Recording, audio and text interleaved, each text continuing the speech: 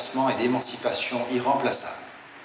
Et elle contribue aussi, par l'usage du moteur à explosion et la consommation d'énergie fossile, à la destruction de notre environnement. Pour préserver la planète sans renoncer au progrès, nous n'avons pas d'autre choix que de développer de nouvelles voitures plus respectueuses de l'environnement, moins polluantes, plus durables. C'est pour moi une conviction ancrée depuis très longtemps et qui accompagne mon engagement au service de l'environnement. C'est pourquoi je suis particulièrement heureux que la Principauté de Monaco, qui a depuis longtemps fait le pari de la mobilité propre, joue plus que jamais un rôle d'impulsion dans la grande aventure des voitures zéro émission. Monaco a fait le choix des bus électro-hybrides. Monaco promeut auprès de ses habitants l'achat de véhicules électriques ou hybrides. Monaco développe un système d'autopartage électrique. Et Monaco a accueilli l'an dernier le Grand Prix de Formule 1. Monaco a toujours cru et croit plus que jamais aux voitures électriques. Ces voitures aujourd'hui proposent des résultats impressionnants. Autonomie, puissance, facilité d'utilisation, fiabilité sont désormais au rendez-vous. Le premier Salon international de l'automobile de Monaco sera l'occasion de le prouver. C'est pourquoi j'ai tenu à ce que ma fondation s'associe à ce salon et à ses organisateurs expérimentés et prestigieux, et je profite de cette occasion pour saluer notre ami Thierry S. Ma fondation s'engage depuis 2006 dans la lutte contre le changement climatique, la protection de la biodiversité et la préservation des ressources en eau. À travers les 350 projets qu'elle a engagés ou soutenus à travers le monde, elle participe résolument à la grande transition vers une société plus durable. Et elle sait que l'automobile sera au cœur de cette nouvelle société. Pour le constater, je vous donne à tous rendez-vous à Monaco du 16 au 19 février 2017. Merci.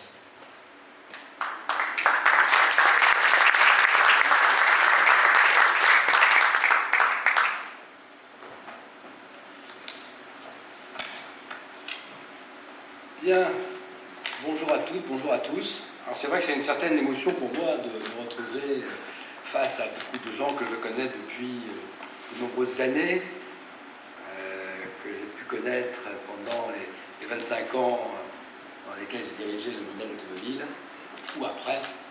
Et je dois dire que c'est avec une certaine émotion que je vous retrouve aujourd'hui. Alors je voudrais d'abord vous présenter notre équipe, ceux qui vont intervenir ce matin. Nicolas S., cofondateur de ce salon, qui vous parlera en particulier de l'esprit du salon et de l'organisation concrète. Bernard Fontrier, ministre plénipotentiaire, président délégué de la Fondation Prince Albert II de Monaco, qui évidemment insistera sur les liens entre la principauté et l'automobile et qui vous parlera de manière plus précise de notre forum, des colloques qui auront lieu pendant le salon. Je voudrais vous présenter également, qui est modestement au premier rang, Sylviane Villaudière, qui travaille avec nous et qui est responsable du développement durable et de la RSE dans notre équipe. Et je voudrais également remercier l'équipe d'AMP qui nous reçoit ici, dans ce studio mythique, bien agréable, et notre nouveau partenaire, Hôtel des Chameaux, qui est d'ailleurs dès aujourd'hui le traiteur officiel du salon. D'ailleurs, je salue Franck Jantet, son président, qui est ici présent, ainsi que son équipe. Mais je voudrais d'abord insister et remercier toutes les équipes de la Principauté. Et souvent on dit c'est compliqué de travailler en Principauté, et finalement on s'est aperçu, même si l'idée est très ancienne, que les choses se sont passées de manière assez exceptionnelle.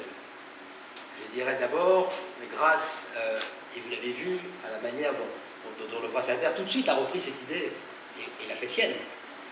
Ensuite, la manière dont Bernard Fontrier, la Fondation Albert II de Monaco, a également réagi positivement avec cette idée de salon.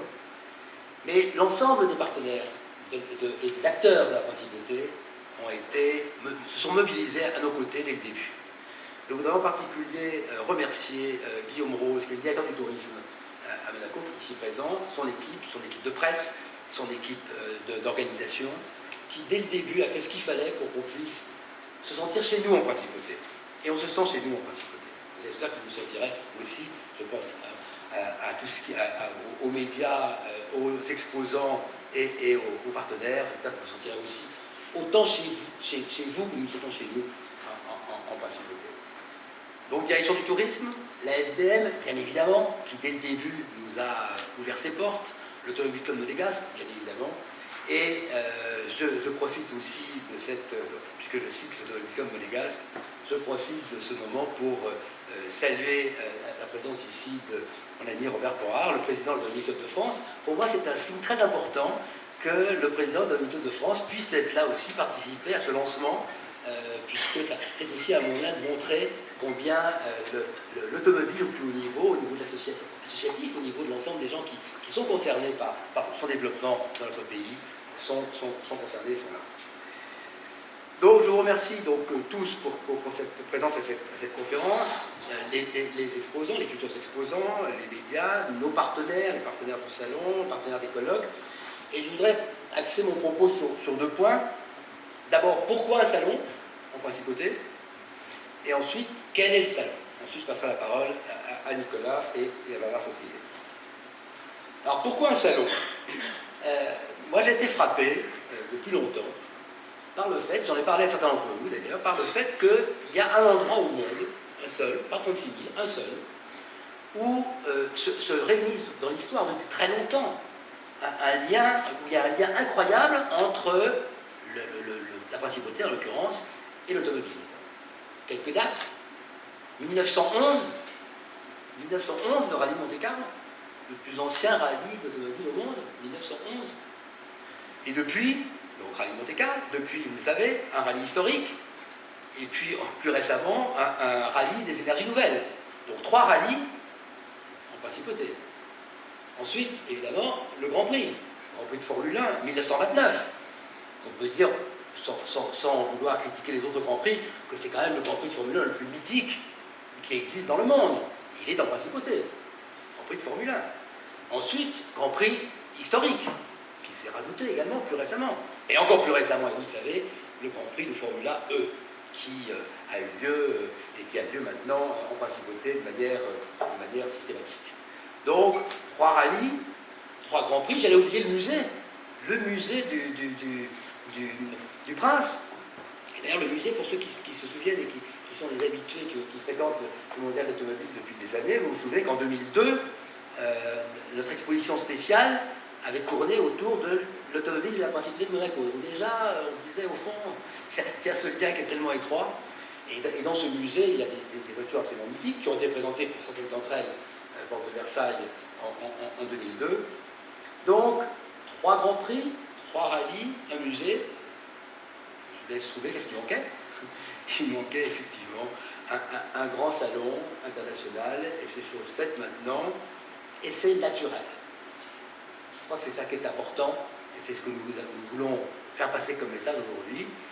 Ce lieu mythique, ce lieu où l'automobile est ancré vraiment profondément dans l'histoire et dans la vie de la principauté, aura maintenant, à partir de 2017, puisque les dates maintenant vous les connaissez, on les a cachées jusqu'au dernier moment, hein, mais aura son grand salon international de l'automobile. Donc pourquoi un salon? Vous l'avez compris, c'était la logique, c'est naturel. Et j'en viens maintenant à quel salon? Alors, vous savez que je préside depuis une dizaine d'années notre fédération française des foires, des salons, des congrès, qui s'appelle l'UNIMEV, l'Union française des métiers de l'événement, et qui rassemble l'ensemble des acteurs, organisateurs de salons, sites, prestataires, l'ensemble des acteurs de la filière. Au fond, les salons changent. Et notre idée, ça a été de dire, au fond, il faut créer un nouveau concept de salon. Et je pense qu'il y a une chose à retenir aujourd'hui, c'est ça. C'est l'idée de dire, on crée un nouveau concept de salon à partir d'aujourd'hui. Alors, les dates, vous l'avez probablement remarqué, 16 au 19 février 2017. 16 février, ça vous dit quelque chose? C'est aujourd'hui. C'est un clin d'œil, bien évidemment. Un clin d'œil pour vous dire, dans un an exactement, jour pour jour, nous démarrons le Salon international de l'automobile en principauté. Donc, le lieu, bien sûr, c'est la principauté et c'est l'originalité du salon. C'est pour ça que je dis que nous avons créé un nouveau concept. Bien sûr, vous allez voir, vous allez le découvrir, et Nicolas, vous avez un certain nombre de précisions sur ce point. En fait, c'est la principauté tout entière qui est transformé en vaste espace d'exposition à ciel ouvert. La première fois que j'en ai parlé au prince Albert, il m'a dit, monsieur Hess, j'ai trouvé votre slogan. Ah bon? Il dit oui, ma ville est un salon. Je dis, écoutez, monseigneur, très bien, ça me paraît un très très bon slogan. C'est ça le principe. Le principe, c'est effectivement, on aurait pu trouver une autre formule, la formule que nous avons créée, puisque c'est vraiment une création d'un nouveau concept, c'est de dire la principauté tout entière se transforme en vaste espace d'exposition à ciel ouvert. Et quoi de plus naturel, vous allez me dire, pour exposer des véhicules écologiques, des véhicules propres, d'innovation et de prestige? Quoi de plus naturel que d'être à ciel ouvert, bien évidemment. Donc il y a une certaine logique dans l'organisation de ce salon. On aurait pu penser, au fond, il y a un très beau parc d'exposition, un très beau palais des congrès, le Grimaldi Forum, que nous allons d'ailleurs utiliser comme un des points d'exposition. On aurait pu dire, bon, on peut le faire là. D'ailleurs, certains salons ont lieu dans cet espace. Mais à partir du moment où on a une ambition, quand la principauté a le grand prix le plus mythique du monde, le rallye le plus ancien, probablement le plus mythique du monde, je pense qu'elle mérite aussi d'avoir un salon mythique et qui le deviendra au fil des éditions. Donc nous allons nous installer, quai Albert Ier, sur la place du Casino, dans le chapiteau de Fonvielle, je vous ai vu d'ailleurs son directeur qui est ici présent, qui pourra vous donner des informations, sur la place du Palais Princier, devant les hôtels, l'Ermitage de Monte-Carlo Beach, enfin, Nicolas vous donnera la liste de tous les lieux où les exposants pourront s'installer. Et avec, bien évidemment, des navettes de bus électriques, c'est logique, qui conduiront les visiteurs d'un stand à un autre. Donc on casse, si vous voulez, la tradition du grand salon international, qui a sa place évidemment dans le monde, ça va de soi, mais on casse cette tradition d'un grand salon international dans un parc d'exposition, en disant les stands vont être répartis harmonieusement en fonction des choix. Alors, effectivement, je ne peux que conseiller aux exposants ici présents de choisir très vite le meilleur emplacement et ensuite de le voir avec nous et de le réserver. Le premier choisi aura l'emplacement, de manière à ce que l'ensemble de la principauté puisse mettre en avant ces types de véhicules. Donc voilà un peu ce que je voulais vous dire. Je rajouterai pour terminer, au fond, le salon a trois parties. Une partie exposition, je dirais, c'est ce qu'il y a de plus traditionnel. C'est-à-dire que les exposants vont présenter leurs véhicules, j'en ai parlé, électriques, hybrides, hydrogène, gaz, solaire, enfin bon, on ne va pas faire de liste à la prévère de l'ensemble des véhicules, vous avez bien compris, et je pense que le message du prince Albert est très clair. Vous avez bien compris le type de véhicules qui vont être mis en avant lors de ce grand salon international. Donc une exposition. Ensuite, c'est le deuxième point, et c'est peut-être le point le plus important, des essais. Je pense qu'aujourd'hui, à l'heure où les visiteurs, les futurs acheteurs ont besoin en permanence d'essayer les véhicules, dans un hall d'exposition, c'est un peu compliqué, dehors, à l'extérieur, c'est très facile. Donc dans ce lieu mythique qu'est la principauté, les visiteurs pourront voir les véhicules et les essayer. Donc trois parties, exposition, essais, beaucoup d'essais. Et enfin un forum, donc placé sous la responsabilité de la fondation du prince Albert que préside Bernard Fautrier, vous en parlera, un forum qui aura lieu le 17 février, donc le deuxième jour. Le 16 février sera plus particulièrement réservé à la presse professionnelle, le jeudi, et le vendredi 17 février, ce sera une journée, bien évidemment où le salon fonctionnera à plein, mais qui sera axée sur des débats de fond, et on pourra également en parler tout à l'heure. Donc voilà ce que je voulais vous dire pour commencer. J'ai commencé par un petit message d'émotion, mais c'est vrai que j'ai envie de terminer aussi là-dessus avant de passer la parole à Nicolas. Je pense que c'est faire preuve de beaucoup d'optimisme, de se dire qu'aujourd'hui on peut créer un nouveau salon différent. C'est assez extraordinaire de se dire qu'en 2016, et donc en 2017, puisque le salon aura lieu l'année prochaine, on peut lancer quelque chose de nouveau, avec l'appui total de la principauté. Je pense que c'est un point très important. Et évidemment, je compte sur votre soutien et vos questions, mais d'abord, je passe la parole à Nicolas qui va vous présenter un peu plus en détail notre Salon international de l'automobile de Monaco. Et je vous remercie beaucoup.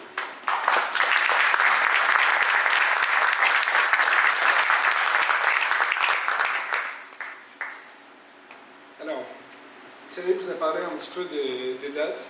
Donc, vous avez pu le voir un an jour pour jour avant l'ouverture du salon 2017.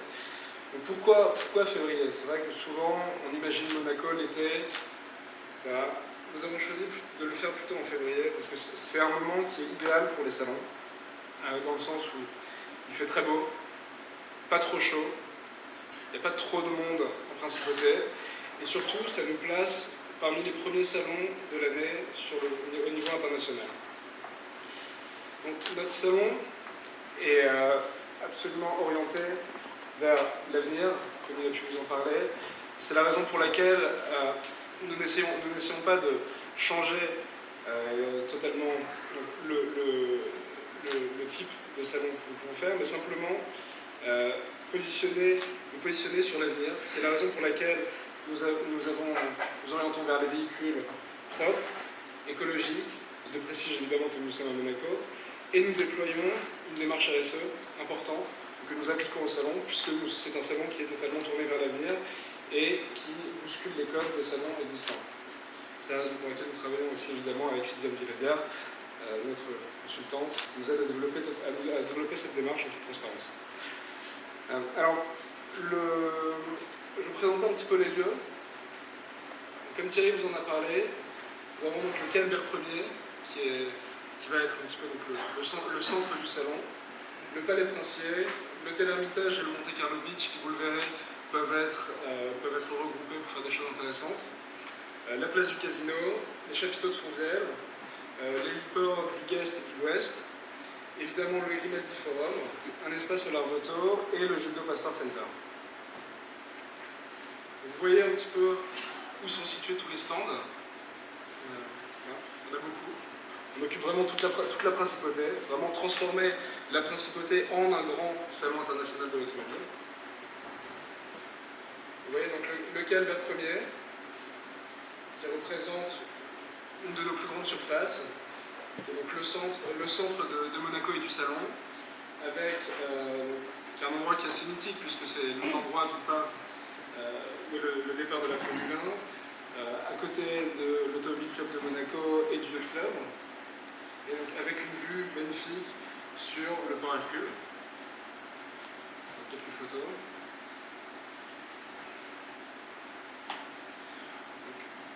Le prince nous fait l'honneur de nous accorder un espace sur la place du Palais.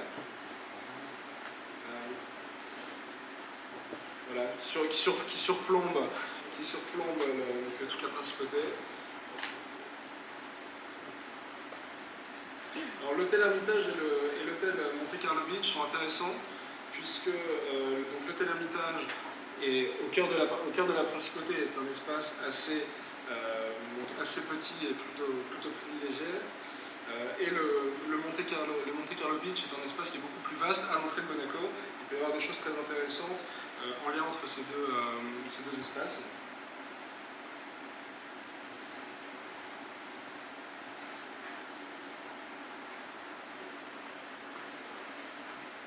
Alors la place du Casino, qui est un endroit que vous connaissez certainement tous.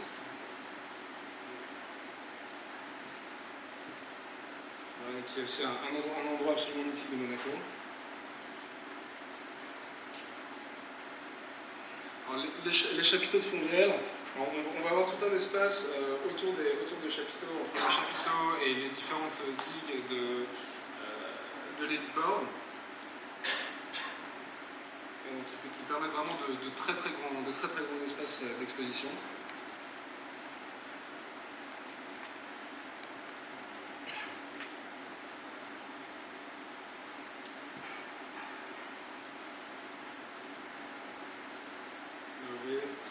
Ce qui est très intéressant en fait au niveau de l'héliport, c'est que c'est la possibilité d'avoir des stands qui sont sur l'eau. C'est-à-dire que vous avez une vue qui est absolument magnifique, donc pour avoir de belles images, pour présenter des véhicules qui sont dans l'esprit de la principauté et du salon, c'est absolument parfait. Vous voyez, toujours à côté de l'héliport, à côté de l'héliport des chapiteaux, c'est vrai, on va dire vraiment une zone qui va être très agréable. Bon, le Larvoto, à côté d'un quartier résidentiel et des plages de Monaco. On va voir donc tout cet espace sur la gauche pour être transformé en stand. Donc, le Gildo Pastor Center, qui est le berceau de la marque automobile Venturi. Voilà, qui a un lien donc, parfait entre le quai Albert Ier et la zone de Fontvieille. Et le Grimaldi Forum. Voilà, où, encore une fois, on sera à l'extérieur. On aura donc des événements à l'intérieur, en particulier les conférences. Mais voilà, donc c'est voilà, donc tout l'espace nécessaire pour voilà, faire un salon qui utilise toute la principauté, qui soit tourné vers l'extérieur. Encore une fois, l'idée est de permettre aux visiteurs de passer un très bon moment au salon et en principauté, et c'est ce qui fait qu'ils apprécieront les véhicules. Ils pourront les essayer de façon très simple, étant donné que nous sommes déjà donc, situés à l'extérieur et sur des points donc, très différents. Chaque espace a ses avantages. Le seul inconvénient qu'ils ont, c'est qu'ils sont chacun uniques. Donc c'est sûr que si certains espaces intéressent plus certains constructeurs, certains groupes, ils sont uniques. Voilà. Et voilà. Donc le Grimaldi Forum accueillera également les conférences. Donc, je pense que je vais laisser la parole à Bernard Fatrier. Merci Nicolas.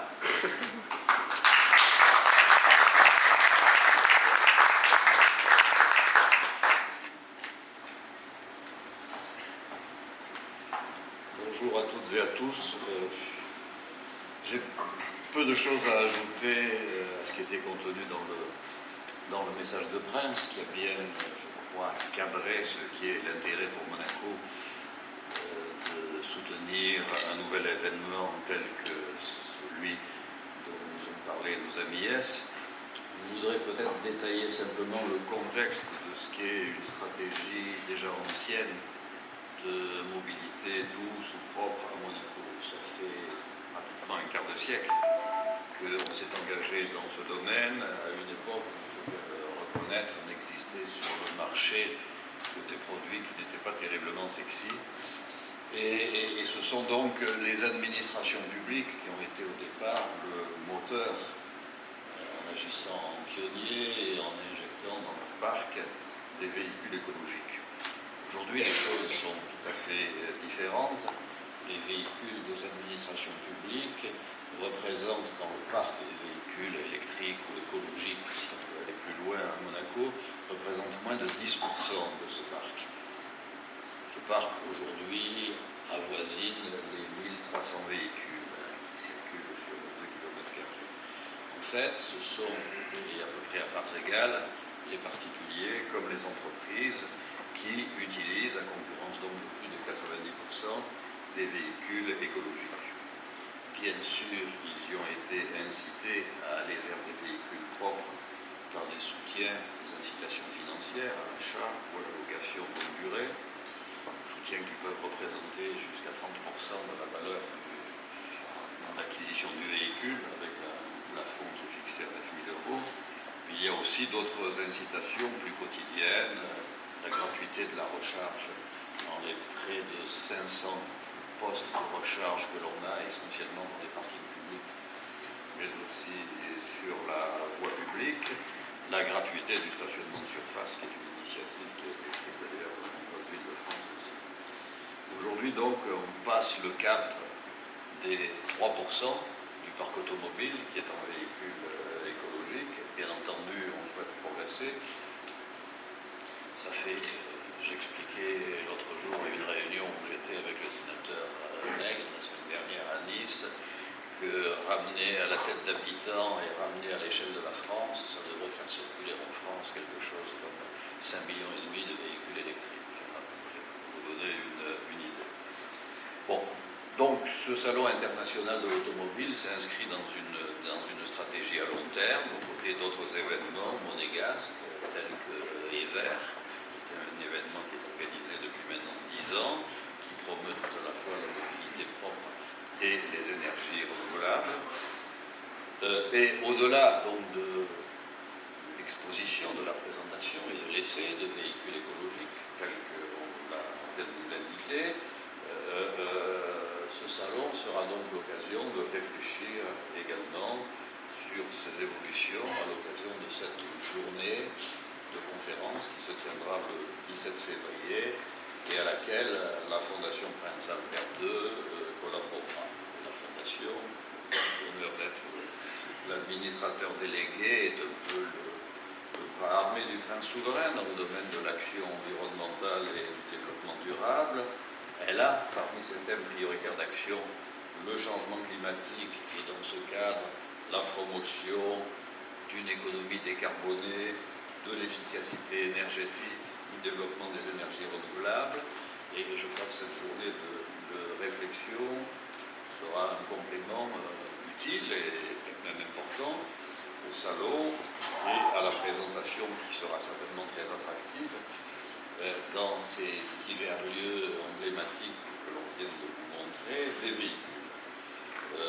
Voilà ce que je voulais vous dire. Encore une fois, merci d'avoir pris cette initiative et comme le prince vous y conviait dans son message, rendez-vous très exactement dans un an à Monaco.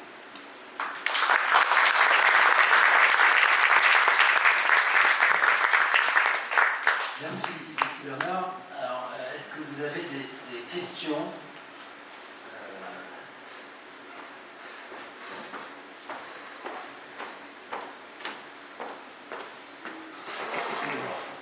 Bonjour et félicitations à vous tous, c'est courageux de démarrer comme ça.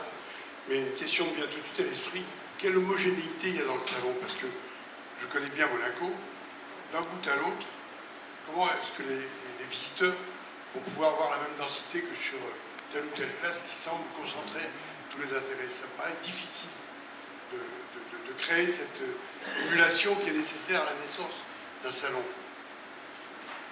Bon, je vais laisser Bernard parler en président monégasque. Simplement, on a beaucoup travaillé en principauté.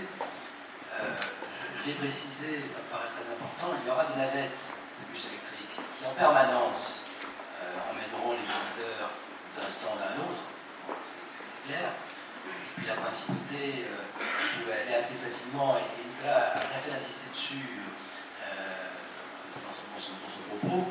On est en février, on n'est pas en plein mois d'août, la circulation est quand même beaucoup plus confortable en février qu'en plein été. Donc, pour nous, il n'y a pas de problème. L'homogénéité, c'est le fait que, de toute façon, tous les visiteurs auront un plan, évidemment, avec la situation de tous les stands et leur répartition sur l'ensemble de la principauté. Donc, il n'y a pas de problème. Et ils pourront assez facilement aller d'un point à l'autre. Donc, moi, si vous voulez, je pense qu'au contraire, le fait qu'il y ait cette répartition est un plus au niveau de la circulation. Vous savez, un organisateur de salon, son souci numéro un, c'est la sécurité. C'est le souci numéro un d'un organisateur. Quand vous avez l'ensemble de la production mondiale qui est sous un rôle, sous deux rôles, sous trois rôles, le souci principal, c'est de savoir est-ce que les gens vont pouvoir circuler entre les stands. Là, on n'aura pas de souci. Les gens vont pouvoir circuler facilement d'un stand à un autre dans la principauté. Bon, je vais peut-être aussi parler par procuration du directeur du tourisme des congrès qui est là. Moi, je pense que c'est un événement pour gens non pressés. Première chose, nous, ce qui nous intéresse, c'est d'avoir des gens qui vont rester 24 heures ou 48 heures. Deuxièmement, dans un salon classique, enfin, moi j'en ai fait quelques-uns, c'est épuisant. Vous faites des kilomètres, vous vous écrasez les pieds. Bon. Là, vous allez avoir, comme Thierry l'indiquait, une liaison par navette électrique